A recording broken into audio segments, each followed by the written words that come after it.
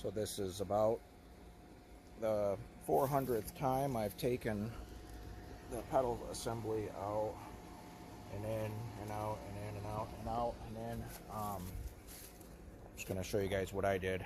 So this particular SVX is cable trans swapped. So there's a cable that runs from the clutch assembly pedal rack to the transmission, and it just pulls on the lever, and it's pretty simple. So this one's getting hydraulic trans swapped. So this is a 444 5-speed trans, and it's got a pull style clutch in it, so it's all different. And I've had this in and out and in and out and in and out, and then I was never really happy with the braking because I used a WRX or an Impreza booster on the black car. I mean, it works, but it's not like a stock SVX was. So like this car stops better when it had the auto in it. This so I'm keeping the stock master in this, which required me to modify the push rod because it's too long to connect to the pedal rack.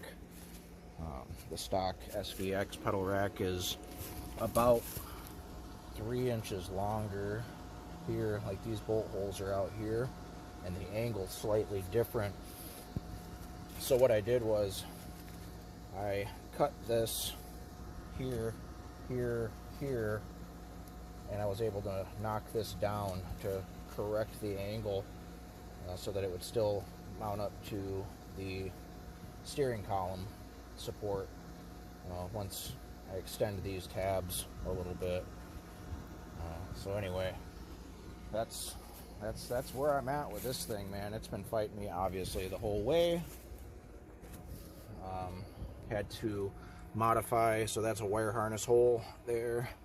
You modify that so that the clutch master can bolt up in the correct location. It's slightly below the throttle cable hole.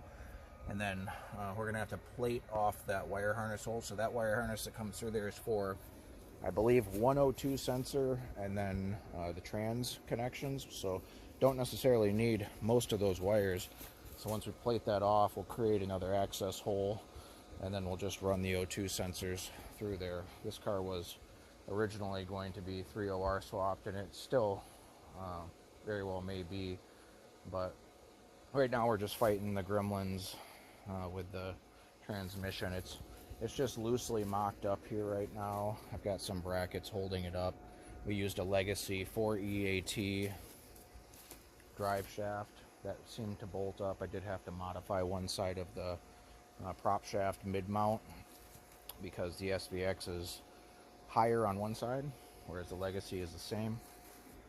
So anyway, fun. At least the weather is holding out for us here in Michigan. It's an amazing fall day, and I'm just trying to get most of this done before we start seeing snow, which is due.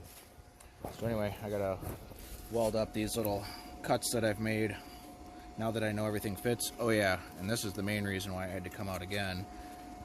So when you push down on the clutch, for whatever reason, it's got this little hole here, and I don't know what that's supposed to be doing, but anyway, it hits the bulkhead harness. So like this is top of the mark for the dash, right? And then the bulkhead harness runs slightly over it. So when you go to push this, this pivots up and hits it. I should have noticed that right away, but anyway, I'm gonna get the Sawzall out and hack this piece off, and then we should have all the clearance that we need for this to go up. Alright, anyway, hope you guys are having a good fall. Happy Halloween. There it is. Two of the three pedals. Got to put the accelerator back in, but definitely working. I get full range of motion, and the brake pedal feels good, other than I nicked a brake line, and I gotta fix that. And I was clearancing the hole for the clutch master, sawed into the brake line here a little bit. Whoops. Anyway, but yeah, man, glad that's over. That's got to be one of the worst parts about the entire swap. Have to extend the shift linkage. I just kind of blocked the hole there so that no animals can get in here until I'm ready to come back out. But yeah, I bought, harvested this little bracket off the front of the SVX brake assembly so that I can bolt that up in there, and then I'm just going to tack weld it while it's in there. I'll lay down some fireproof mat and make sure I don't catch the carpet on fire. But man, I mean, that took the better part of a few hours just today, and I had already pulled all the other stuff out another day. So not for the faint of heart. I don't remember the cable clutch being any easier, really. I mean, I was just 10 years younger then. So yeah, this one's still works well. I got to replace the cable clutch like once a year because just it starts fraying. It's a bit of a weird angle the way that it comes off of the pedal, so it likes to fray, but it works flawlessly. Other than that, you can kind of feel when it starts fraying, and then you just pull it out.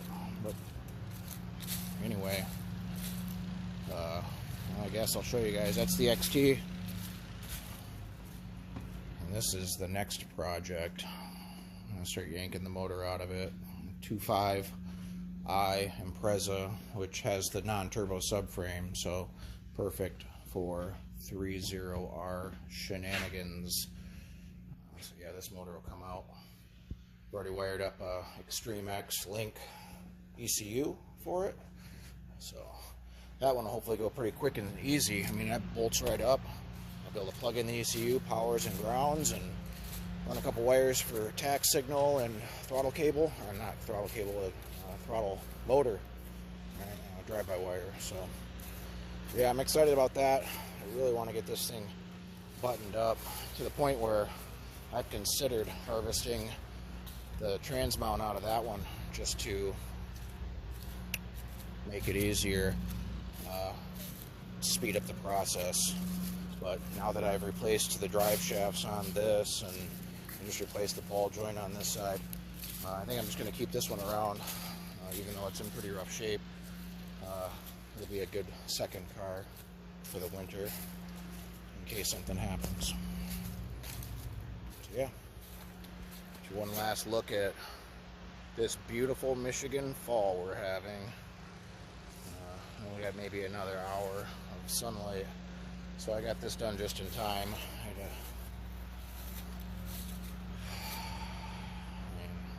Looks rough right now. This is actually in really nice shape once it cleans up, with the exception of the roof. The roof's pretty beat up, but I'll just wrap it. I'll wrap the roof and the trunk in this part in black again, and then it's just a matter of washing it. The body itself is in pretty good shape. Yeah. Alright guys, take it easy.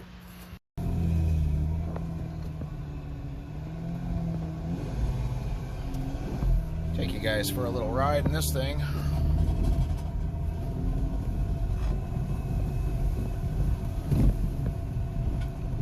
A little noisier than normal. It's got a crack in the downpipe on the passenger side, and I had to mess with the shift linkage because the little socket popped out of the little home that it sits in, the little ball and socket down there. Anyway, so you can hear a little bit of the road noise, but it's been running really good, driving really good now that I've replaced the CV axles and fixed that ball joint. Like, this thing was out in the woods forever. If you've seen my previous posts, I mean, it was covered in moss and standing water in it. Like, it's really surprising that it came back. You know, I've had this thing for 10 years. I swapped it right when I got it, and It's got the Outback cluster in it, and you know, been through it with this thing, but it's been a good little toy. I don't know that I can ever say that it's been super reliable. It does the click no start thing sometimes when it gets hot, or if you're driving it in the hotter weather and kind of, you know, beating on it. I definitely think it's heat related, that issue, because it'll cool down and then it turns over. But I've also had some success just cleaning up all the connections, right? So power to starter, ground to starter, starter to trans. Clean up all of those connections so that it's got a path back to ground easily. And then I don't have an issue. Like most of this summer, I haven't had any sort of issue because I put new battery terminals on it, new battery, and well, a new used battery, and you know, cleaned up all the connections, and it's been pretty good. But yeah, it still only has one bolt holding the starter on. It's always been the case with this car, so that's probably contributing to it a little bit. But yeah, it's been a good car.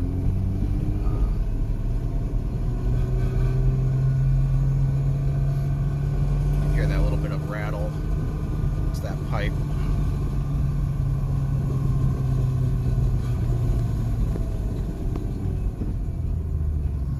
Let's see here. I don't see anybody. Where we're going.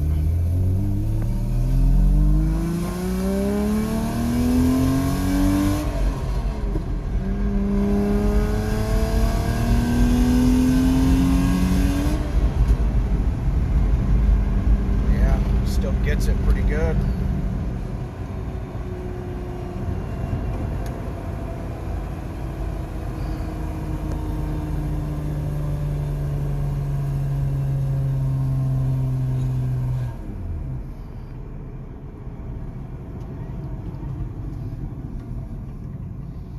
Hard to shift with your left hand on a left-hand drive car.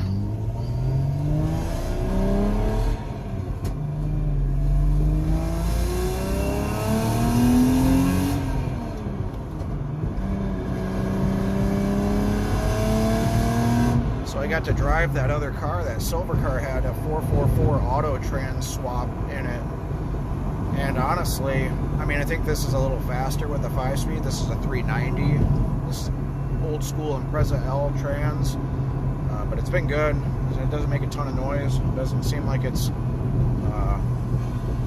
know, it doesn't seem like we're leaning on it too hard. It doesn't whine. But that 444 auto swap, I can see why so many people do that. I mean, it really wakes the car up compared to the 354 auto. But you know, you get going 70 miles an hour with a 444, and you're turning almost 4,000 RPMs, which this car will happily do as long as there's enough air moving through the radiator to keep it cool. But I mean, here in Michigan, our speed limits are 70, and you know, everyone's doing 80, 85. You know, you're slowing people down if you're only doing 70. They're going around you constantly. So, you know, I'm not real super thrilled about the 5-speed being a 444, but whatever. I mean, that car is supposed to be my toy that I'm just gonna cruise around on the weekends and, you know, retire this one or do something different with this one. I've always kind of wanted to put it on a lift, but anyway, the silver one's going to be the toy. I want to bag it out and, you know, just go hard park it at the car meets and enjoy it. It doesn't need to be the fastest thing on earth, at any rate. So I think it's enough. I'll try to keep you guys updated.